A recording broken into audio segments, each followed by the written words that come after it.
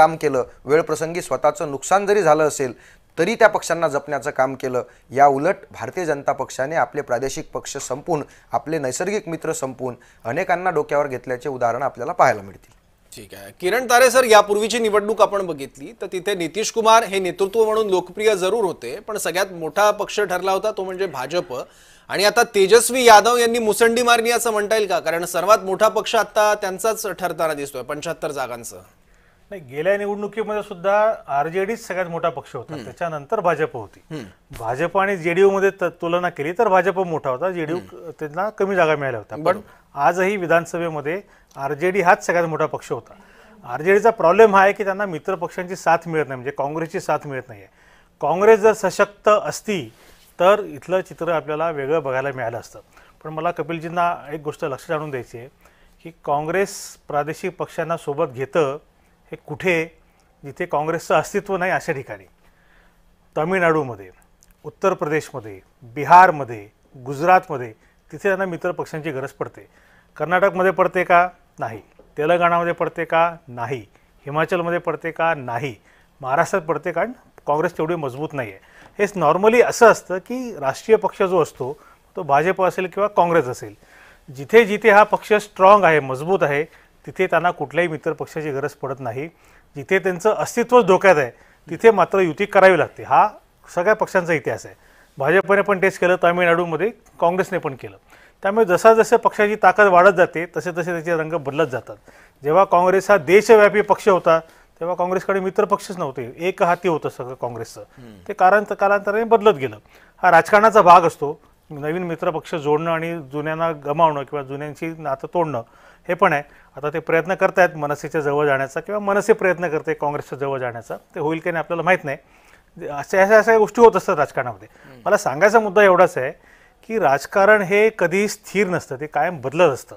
गरजेनुसार काय आहे, त्यावेळची परिस्थिती काय आहे, त्यानुसार सगळ्या गोष्टी ठरत असतात। त्यामुळे आत्ता आज जो मित्र दिसतोय तो उद्या मित्र राहीलच याची काही गॅरंटी नसते। आणि हे भाजपला पण लागू पडतं। नितीश कुमारांवर लक्ष ठेवा, मी तुम्हाला परत सांगतोय, हे सांगण्याचा उद्देश हाच आहे, नितीश कुमारांवर लक्ष ठेवा। त्यांना जर मुख्यमंत्रीपद तुम्ही दिलं नाही तर ते तिकडे जातील आणि नितीश कुमार हे तिकडनं मुख्यमंत्री होतील, एवढं नक्की। या हे सगळे गणित भाजपने आखली असणारच। भाजप मागचा पुढचा सगळा विचार करणारा पक्ष आहे, त्याच्यामुळं आता महाराष्ट्रात सुद्धा विधानसभेच्या निवडणुका म्हणायला एकनाथ शिंदेच्या नेतृत्वात लढल्या होत्या, पण नंतर मुख्यमंत्री झाले फडणवीस। तर बिहारमध्ये असं काही घडते का बघावं लागेल। बघा, आपण चर्चा करेपर्यंत काँग्रेसच्या जवळपास 8 जागा वाढल्या आहेत। 17 जागांवर काँग्रेसचे उमेदवार हे सध्या आघाडीवर आहेत। आरजेडीचे 77 जागांवर आघाडीवर आहे। सर्वात मोठा पक्ष अजूनही आरजेडी बनताना दिसतोय। कलांमध्ये एनडीएने बहुमताचा आकडा गाठलेला आहे, जो की 122 आहे आणि फक्त एक जागा सध्या कमी दिसते बहुमतासाठी। एकूण 243 जागा आहेत बिहार विधानसभेमध्ये, त्यापैकी 227 जागांचे कल हाती येत आहेत। कलांमध्ये एनडीएने बहुमताचा आकडा गाठलेला आहे। सुरुवातीचे कौल आहेत, जनतेचा कल नेमका काय ते आपल्याला दिसतोय। आकडे पुढे मागे होऊ शकतात। सिवानमधून भाजपचे मंगल पांडे सध्या पिछाडीवर आहेत। भाजप 66 ठिकाणी आघाडीवर आहे। त्याचबरोबर जेडीयू 44 उमेदवार आघाडीवर आहेत, तर काँग्रेसचे 17 उमेदवार आघाडीवर आहेत। राजदचे 77 उमेदवार आघाडीवर आहे। महागठबंधन 103 जागांवर सध्या आघाडीवर आहे। एनडीएचे 121 उमेदवार आघाडीवर आहेत, त्यामुळे बहुमताचा आकडा जवळपास एनडीएने गाठलेला आहे। सुरुवातीचे जे कल हाती येतात त्यानुसार महागठबंधनचे उमेदवार 103 जागांवर सध्या आघाडीवर आहेत। बेगुसरायच्या तेगडामधून भाजप उमेदवार हे सध्या पिछाडीवर आहेत, तर मोकावामधून जेडीयूचे अनंत सिंग हे सध्या आघाडीवर आहेत। इंटरेस्टिंग निकाल आपण बघतो बिहार विधानसभा निवडणुकीचे। मधेपुरामधून आरजेडीचे उमेदवार हे सध्या आघाडीवर आहेत। कलांमध्ये एनडीएने बहुमताचा आकडा गाठलेला आहे।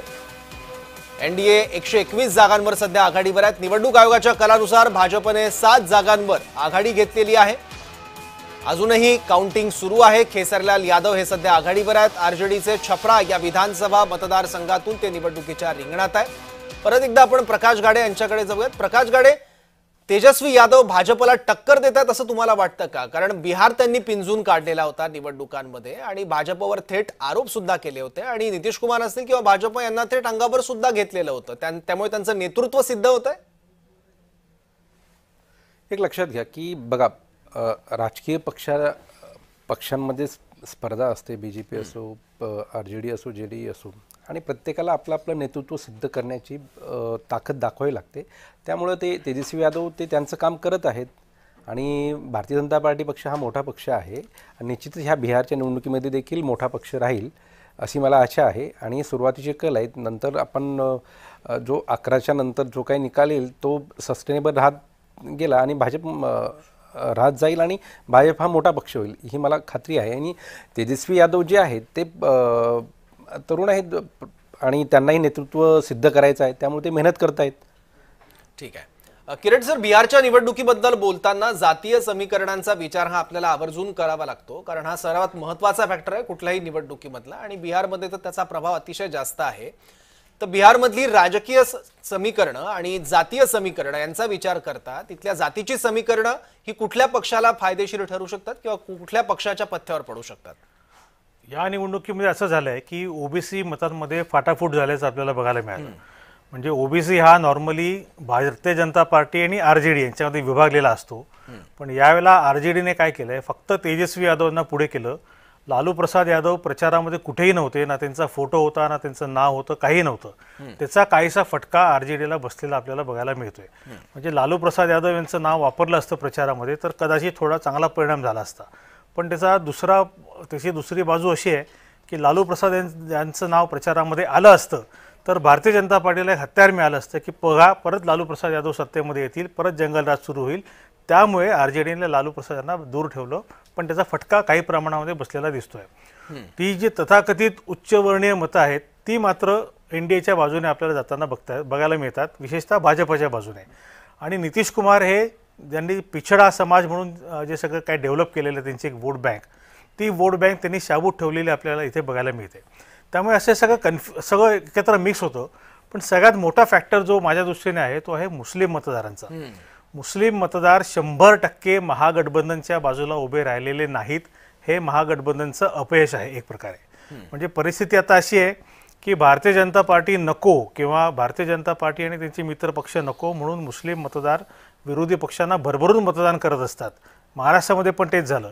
उद्धव ठाकरेंच्या शिवसेनेला कधी नव्हे एवढी मुसलमानांची मतं मिळालीत, तसं बिहारमध्ये महागठबंधनच्या बाजूने होताना दिसत नाही आहे. जवळपास 20% मतं मुस्लिमांची ही एनडीएकडे गेलेली आहेत. आत्ता आपल्याला सगळ्या एक्झिट पोलमध्ये ते बघायला मिळालं. हा सुद्धा एक प्रकारे कुठेतरी स्विंग फॅक्टर असू शकतो. म्हणजे आता जो कमी जागांचा फरक दिसतोय, 12 ते 13 जागांमधला दोघांचं अंतर दिसतंय, ते कदाचित या मुस्लिम मतदारांमुळे फरक पडलेला असू शकतो. त्यामुळे जातीचं राजकारण या सगळ्या याच्यामध्ये आपल्याला बघायला मिळतंय. पण मला याच्यातलं सगळ्यात मोठं काय वाटतंय सौरभ, की समजा दिवसाच्या अखेरीस